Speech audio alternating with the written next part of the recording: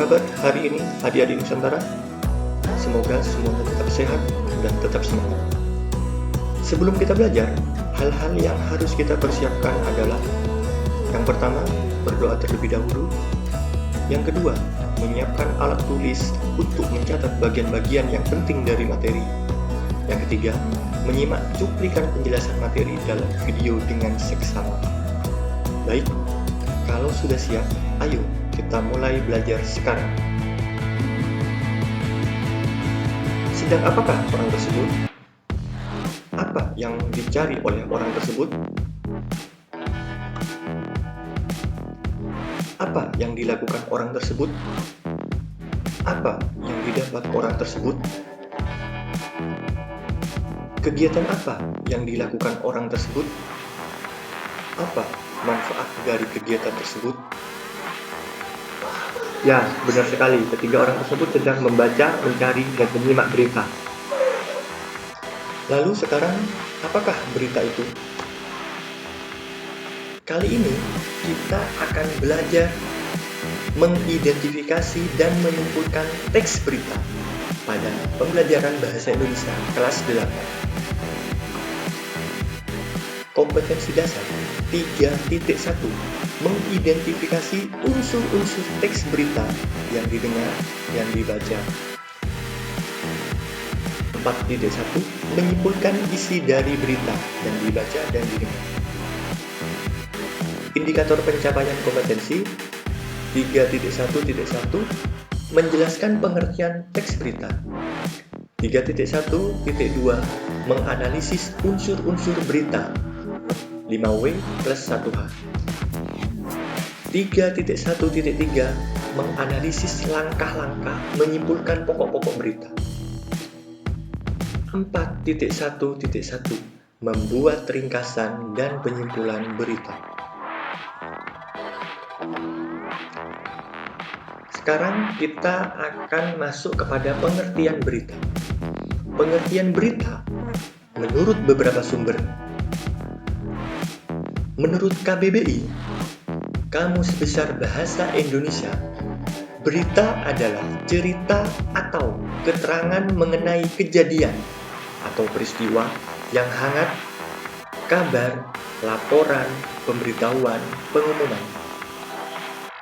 Menurut Mukhtar Lubis, wartawan asal Indonesia, berita adalah informasi yang baru, menarik perhatian, dan memengaruhi banyak orang.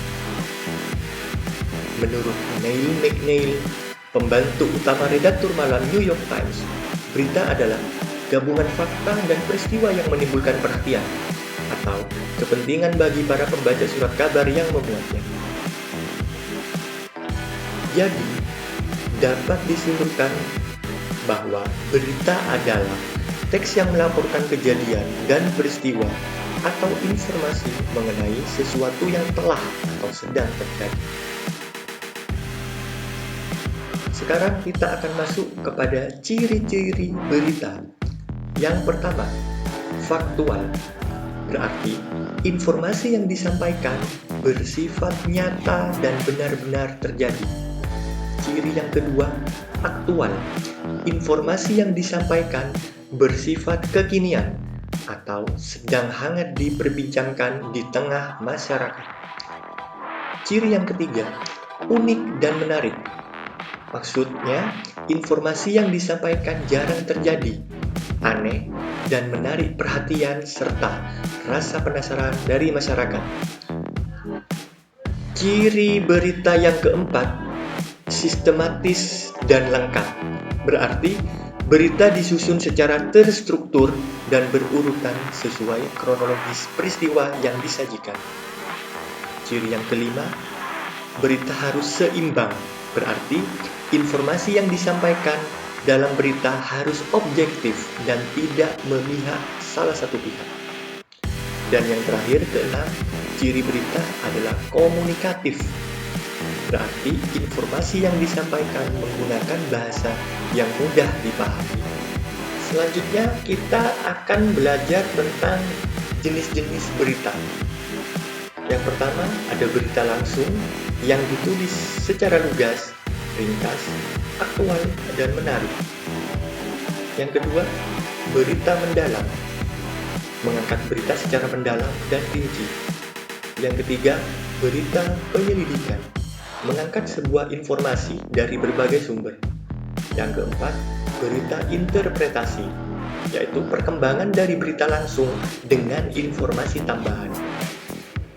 Yang kelima atau yang terakhir, berita opini, yaitu berita yang berisi pendapat dan pandangan narasumber terhadap informasi tertentu.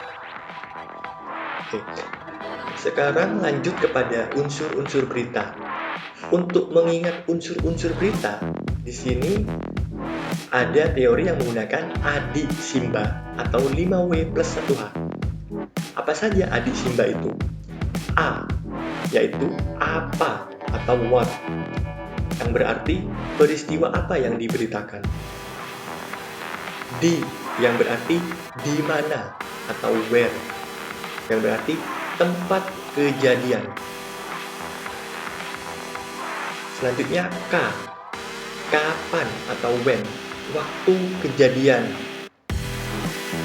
Selanjutnya C, siapa atau who, yang berarti orang yang terlibat dalam peristiwa. Contoh, pelaku, korban, narasumber, dan lain-lain. Selanjutnya M, mengapa atau why, yaitu alasan atau penyebab terjadinya peristiwa yang diberitakan. Dan yang terakhir, ba, yang artinya bagaimana atau how. Yang dimaksud di sini adalah proses terjadinya peristiwa. Selanjutnya, bagaimana sih langkah-langkah menyimpulkan berita? Mudah sekali. Langkah-langkah menyimpulkan berita yang pertama adalah menyimak, membaca, dan mendengarkan berita secara keseluruhan dari awal sampai akhir. Yang kedua, mencatat atau menandai unsur-unsur yang terdapat pada berita.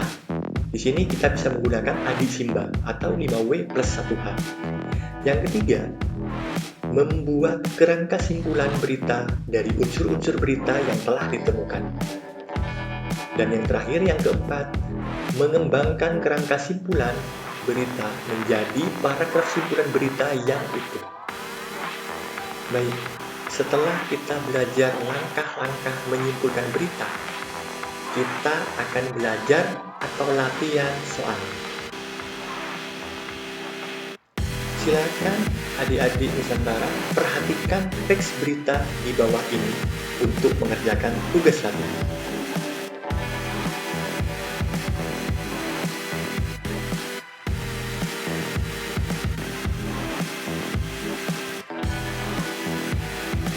Baik, tugasnya adalah yang pertama.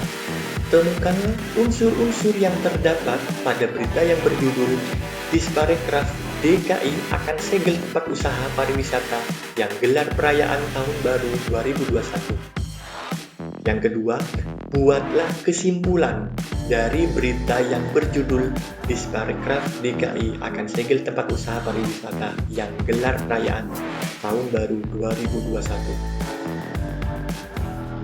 Oke, sudah jelas semuanya adik-adik Nusantara? Tetap semangat dan selamat mengerjakan. Di sini ada sebuah pesan dari Malcolm bahwa pendidikan adalah tiket ke masa depan. Hari esok dimiliki oleh orang-orang yang mempersiapkan dirinya sejak hari ini. Jadi, dengan pesan ini, kita harus mempersiapkan bekal pengetahuan dari sekarang. Karena kita adalah generasi di masa depan. Tetap semangat ya adik-adik. Terima kasih, rajin belajar, tetap semangat, dan jaga kesehatan.